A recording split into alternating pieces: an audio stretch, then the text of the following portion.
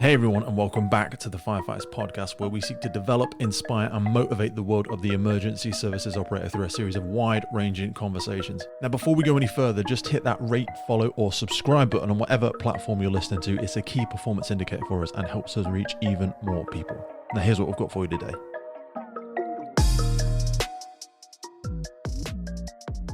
Many of the more infamous fires in the history of New York City Fire Department are given a name. The list is long. Father's Day, 9/11, 3rd Avenue Collapse, Worcester Street, Fitzpatrick, Frisbee, Deutsche Bank, Watt Street, 23rd Street Collapse, Black Sunday.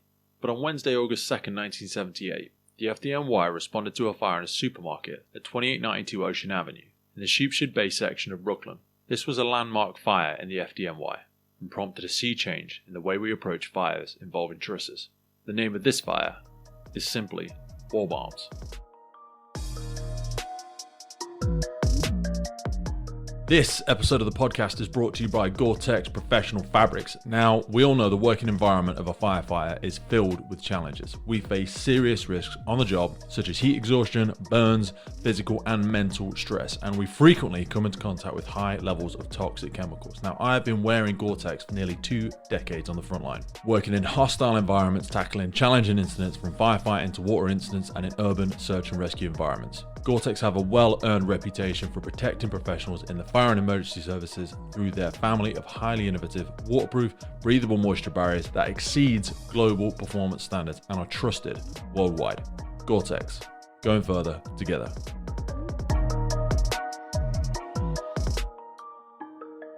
Waldbaum Supermarket was located at 2892 Ocean Avenue, Brooklyn. It's a one-story building, 100 by 150 feet. There's also a one-story extension on the exposure 4 side. The main store had a mezzanine, which was used for office space. The roof was supported by 100-foot long, heavy timber bowstring trusses. The trusses were spaced around 20 feet apart. The roof also had a rain roof applied to it. The roof had sagged and rainwater did not drain off the roof. This rain roof was installed at the center of the roof and ran the length of the building. This rain roof created a curve of the roof so rainwater could run away. There were 2 ceilings in the building, a drop ceiling and an older tin ceiling above it. The tin ceiling was not removed when the new ceiling was installed. There were renovations going on within the store while it was still occupied and open to the public. The time of the fire. On August 2nd, 1978, it was going to be a hot summer day. At 8:39, Brooklyn Box 3300 was transmitted by Brooklyn Fire Dispatchers. It was a telephone alarm for a fire at Waldbaum Supermarket on Ocean Avenue. Engines 254, 321, and ladders 153 and 156 and Battalion 33 were dispatched to the fire. While responding, the Brooklyn Fire Dispatcher announced that they were filling out the assignment due to numerous phone calls. Engine 254 Command Lieutenant Edward Smith arrived at the box. He saw some flames near the exposure 4 side of the roof, where the extension was being constructed. He transmitted a 1075 at 8:45 hours. He ordered his men to drop 2 handlines, a 1 3/4 inch handline and a 2.5 inch handline, which were pulled from the hose bed. Lieutenant Smith was told that the fire was in the mezzanine area, so Engine 254 started stretching the handline through the front door towards the stairway of the mezzanine. Ladder 153 was the first due company. Lieutenant Simeon was told that the fire was on the 2nd floor, mezzanine. There was no visible fire, but there was a light smoke condition. Ladder 153's inside team was assisting in clearing a path for the hose line and performing the search. The ceilings were being opened. There was little heat, but some fire was observed near where the hose line was operating. The roof and outside vent firefighters went to the roof to perform vertical ventilation. Battalion Chief Arthur Clark from Battalion 33 arrived shortly after Engine 254 on ladder 153. He transmitted the all hands at 8:49. He saw smoke blowing across Ocean Avenue, and as Battalion Chief Clark approached the building, a man told him that there were oxygen, acetylene and propane bottles in the rear of the store and the gas was shut off. A store employee spoke to Battalion Chief Clark and told him that all shoppers and employees were out of the building. In looking at the 1st floor, there was no smoke or heat on it. Engine 321 and ladder 156 arrived at the fire, and Engine 321, led by Lieutenant Tim Howard, assisted Engine 254 in getting the first handline into operation. Lieutenant Howard observed that there was no fire and a light smoke condition within the store. They returned to the street and stretched a handline as a backup to the first handline. As the first line was charged, it suffered 2 burst lengths. Smoke was getting a little heavier, but nothing to be alarmed about. A 3rd burst length occurs, then it was replaced. and had little effect on the operation. The hose line was advanced up the stairway to the mezzanine. Engine 276 then arrived at the scene, led by Lieutenant James Nielsen. They started stretching a line through the one-story extension on the exposure 4 side, due to seeing smoke in this area. They saw fire in the openings in the wall, leading to the mezzanine in the original building. Chief Clark went to that area to personally observe what Engine 276 was seeing. This confirmed in Battalion Chief Clark's mind that they had a fire in the mezzanine. He told them to operate their hose line into those openings until Engine 254 had their hand line operating. The time was 8:54. Engine 254 started operating a hose line into the ceiling. The heat was much more intense in the mezzanine area. There was little smoke. Battalion Chief Clark requested an additional engine and ladder to be sent to the fire. Ladder 156 was the second due ladder company, with Lieutenant James Cutillo, and he and his team began operations. The forcible entry team initially went to the building to check on conditions. The remaining members of Ladder 156 went to the roof to begin vertical ventilation, and after checking on operations inside the store, Lieutenant Cutillo and other firefighters also went to the roof to begin operations. One of the firefighter, Tommy Higgins, was told to remain at the front of the store at ground level. He was ordered to begin venting the shop front windows at the front of the building. The wife and children of probationary fireman William O'Connor arrived at the quarters of Ladder 156.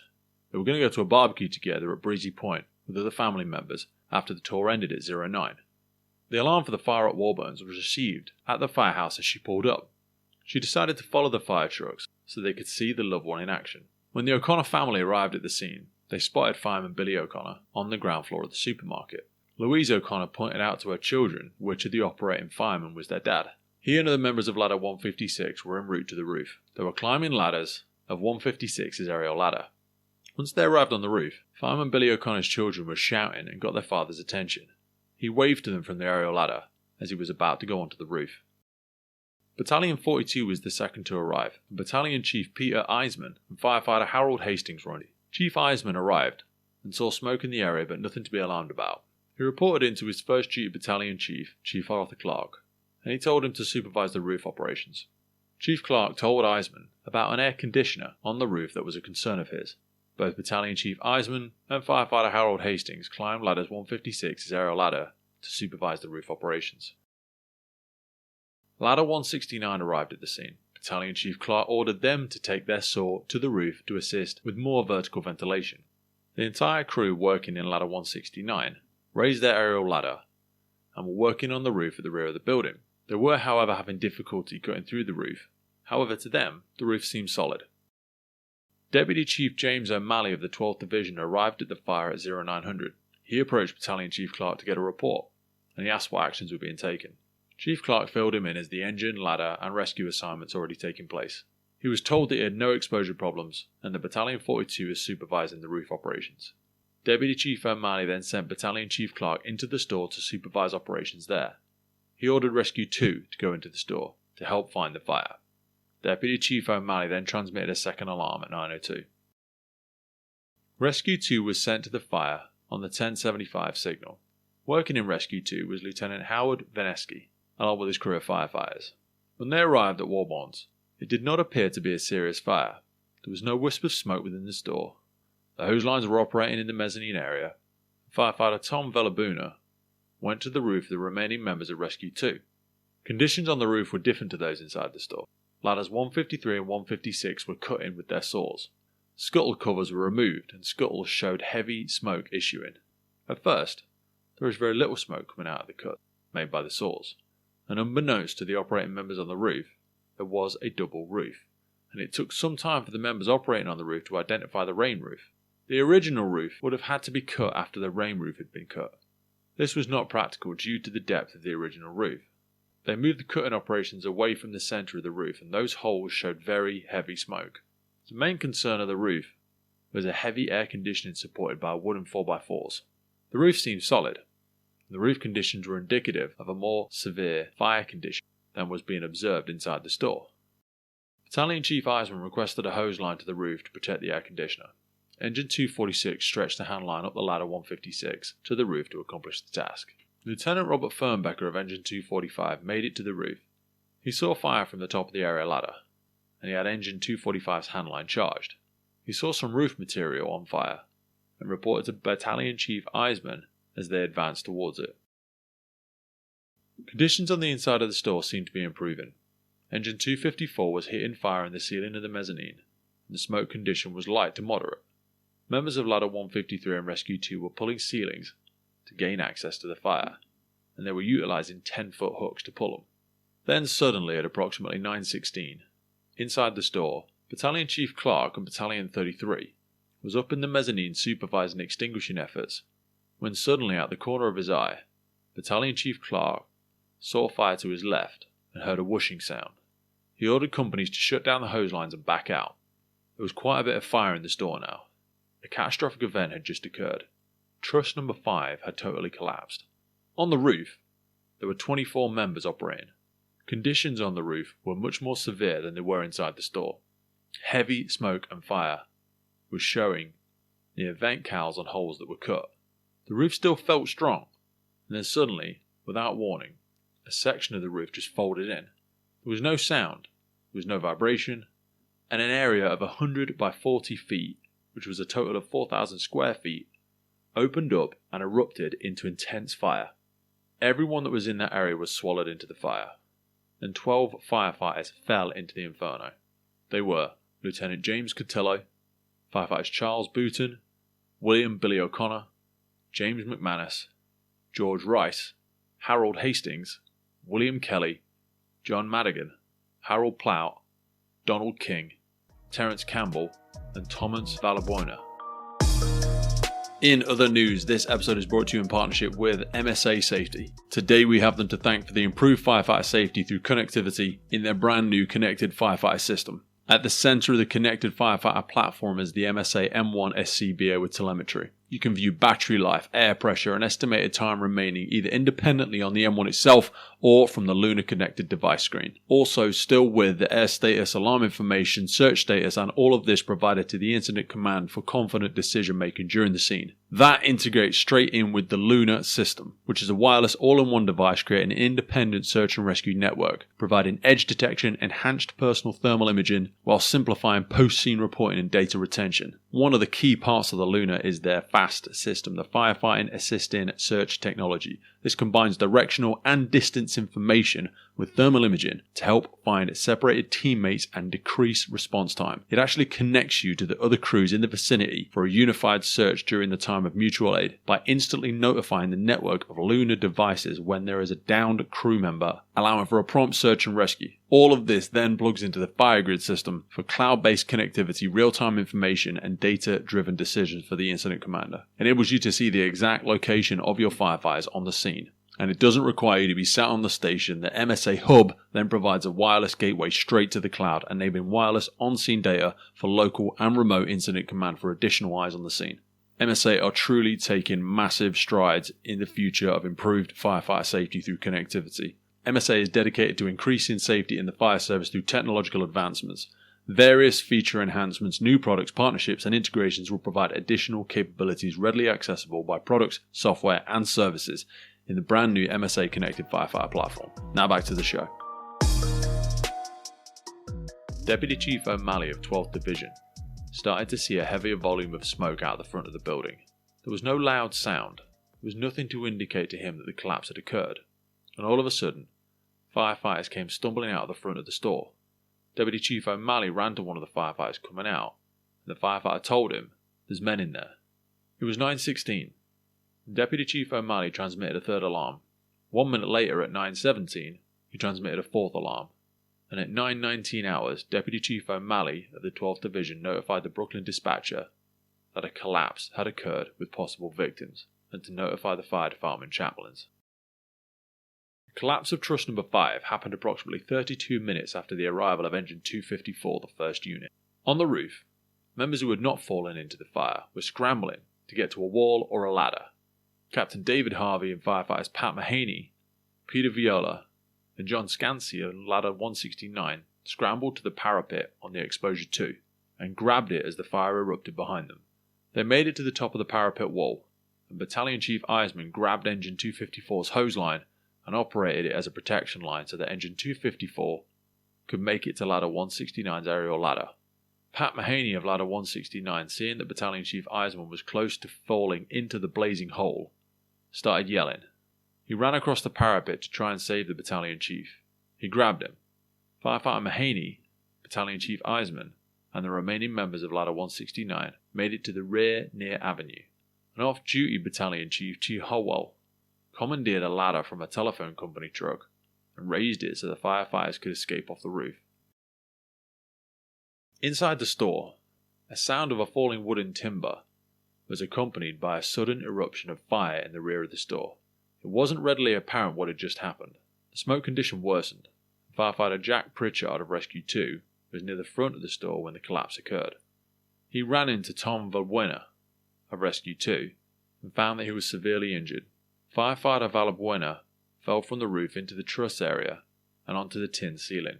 He landed on his feet. He was in complete blackness inside the truss void for a few seconds, and then it lit up. He knew where the front of the store was. He yelled for help. He could hear some of the other firefighters that fell into the truss area. He got low and saw a hole. He dove for the hole and fell to the floor of the store. He said to Firefighter Pritchard, "I think members are still in here." He led Firefighter Pritchard to the area near the rear, and Firefighter Pritchard told him to leave as he started searching himself. He found a firefighter who was dazed and injured. He led him to the front of the store. He went back and found a second and third firefighter. The third firefighter was caught on a shelf. He was pulled out and removed to the front of the store. Firefighters Donald King, Harold Plow, John Madigan, Terence Campbell, William Kelly, and Tom Valbuena fell through the truss area to the floor of the store. Some of them had to punch their way through the ceiling. Some were initially hung in the cables before they fell through onto the floor of the store. They were all severely injured. There were still 6 firefighters who were hung up in the truss area. They were Lieutenant James Cutillo, Harold Hastings, William O'Connor, Charles Bouton, George Rice, James McManus, and the truss area building was a raging inferno. They all fell into the hole between trusses 4 and 6. Deputy Chief O'Malley made his way towards the scene, and he saw Battalion Chief Eisman after he came off the roof. It was around this time that Battalion Chief Eisman realised his aide, Harold Hastings, was missing. At 9:24, the Brooklyn Dispatcher would receive orders from Car 5A to request additional rescue companies respond to the scene. Rescue 1, Rescue 3, Rescue 4 and Squad 1 would respond. At this time, there were 8 or 9 firefighters actively searching and yelling for anyone who could be trapped. The aisles were partially open, and searches could be made despite encroaching fire. The rapid search was made for other survivors. Deputy Chief O'Malley then ordered everyone out of the store because of the dangerous fire conditions and collapse potential. The remaining roof collapsed in the front of the store shortly after all operating firefighters were in the street. An emergency roll call had been ordered. Deputy Assistant Chief Stan Carone sectored off the rescue effort. Deputy Chief O'Malley of 12th Division was in charge of Exposure 1, and Battalion Chief Peter Eisman of Battalion 42 was in charge of Exposure 2. A desperate rescue effort had begun. The rescue efforts in front of the store were partially hazardous due to the front truss and the sloping hip rafters hanging precautiously overhead. Engines 254, 248, 281 and Rescue 2 were making an attempt to get through via the front of the store. This was the point of attack to rescue the unaccounted for firefighters. There was a door there towards the rear. Firefighters from Rescue 2 and Ladder 161 used a battering ram to breach a hole in the wall near where the 5th truss would have been located.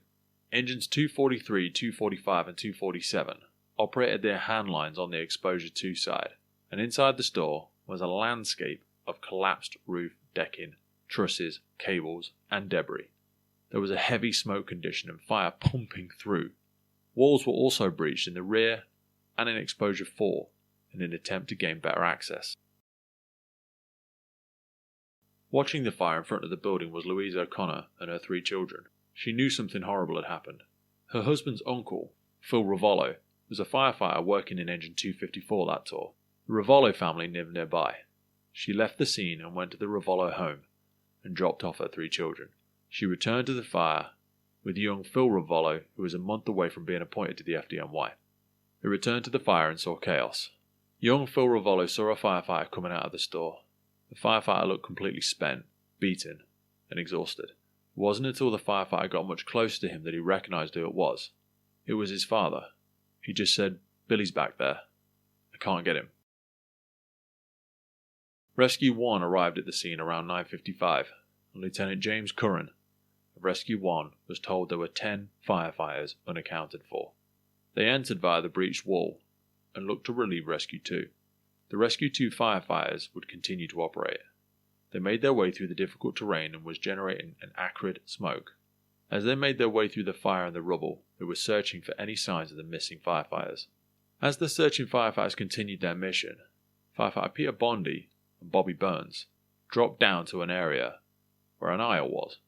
One of them said, "We found a 6-foot hook." Then a firefighter's helmet was found. Soon after, 2 of the fallen firefighters were found. Realizing that the other missing members could be nearby, the other firefighters were straining to look through the heavy smoke condition. Firefighter George Crusher of Rescue 1 started pulling roof materials apart near his location, and suddenly, the other 4 fallen firefighters were discovered. The grim task of recovering the bodies and carrying them out of the building was underway. They were covered and carried out on Stokes basket stretchers. Every attempt was made to shield the bodies of the fallen firefighters from the news cameras. The Brooklyn Fire Dispatcher was notified at 10:52 that there were 6 1045s, fire fatalities. The fire was finally placed in control at 12:45. There were 25 firefighters injured. 6 firefighters received fatal burns as a result of the fire and collapse. 6 other firefighters eventually fell through the truss area to the floor and sustained serious injury. To this day, some hardened veteran firefighters who were at this fire still became emotional when talking about the event. There were 6 wives that lost their husbands and 18 children that were left fatherless as a result of this fire. Firefighters lost at this fire were Lieutenant James Cutillo from Battalion 33, Firefighter Charles Bouton of Ladder 156, Probationary Firefighter William O'Connor, also from Ladder 156, Firefighter James McManus of Ladder 153, Firefighter George Rice of Ladder 153, and Firefighter Harold Hastings. In the aftermath of the fire, based on a tip, the police arrested a man, Eric Jackson Knight, who was charged with setting the fire and charged with the deaths of 6 firefighters. In 1980, Jackson Knight was found guilty and sentenced 25 years in prison. However, according to the National Register of Exonerations, in 1988, the judge vacated Jackson Knight's conviction and ordered a new trial after finding that prosecutors improperly withheld information from the defence, including a statement from a police arson investigator that the fire was not arson but electrical.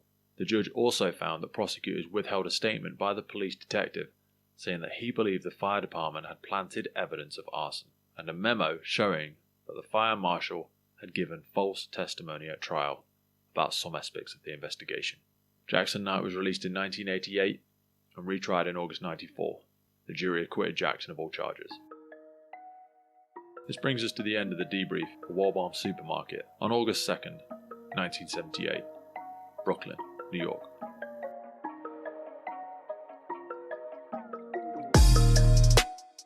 The Firefighters podcast was created to recognize, acknowledge, inspire, and hopefully even motivate these incredible individuals who have chosen to be part of the first responder community. Our driving purpose is to create a legacy resource for the current and future generations of firefighters and first responders. We get some incredible feedback from listeners and guests, and as the podcast grows, our desire to create longevity and sustainability means we are asking for the support of our listeners. If you want to support the podcast, if you want to get discounts to our merchandise, hoodies, clothing, coins, patches, tallies, and also access to all of the incredible documents get shared with us from our podcast guests and sector leaders, then please head over to our Patreon page, and for just £3 a month, you can support the future of the podcast. Please finally hit that follow, subscribe, or rate button on the platform you're listening, and wherever you are in the world, please support your emergency services responders, and thank you for listening.